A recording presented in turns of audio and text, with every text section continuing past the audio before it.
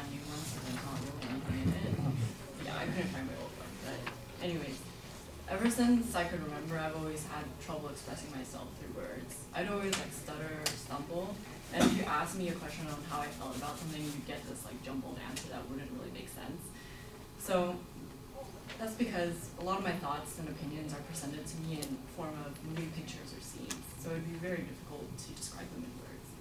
And as I was a kid, I got caught daydreaming a lot when I was in elementary school, and I got yelled at a lot. So I was in like, you know, the teacher's pet.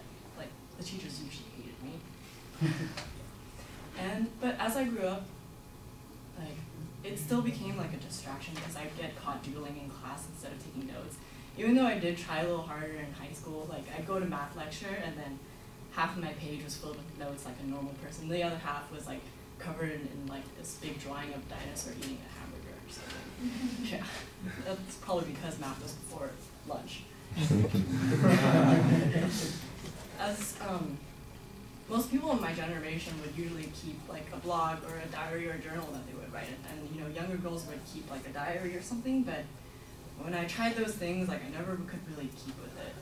Like I'd always say, oh yeah, you know, I'll update later, or I'll write in it later, and then I'd find myself like lying to my blog.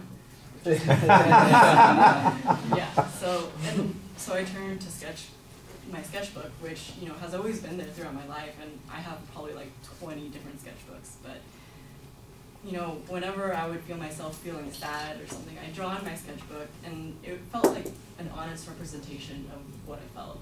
And I could go back into my past sketchbooks and pinpoint a picture and know exactly what I was feeling or what I was going through that time. And I find it really remarkable how now that something that was a burden in the past became part of my career choice, because I chose to go into the art industry. And, you know, something that probably would make me one of the worst students out there is probably making me one of the best candidates for like art industry or something. But I kind of ran short. But yeah, that's it.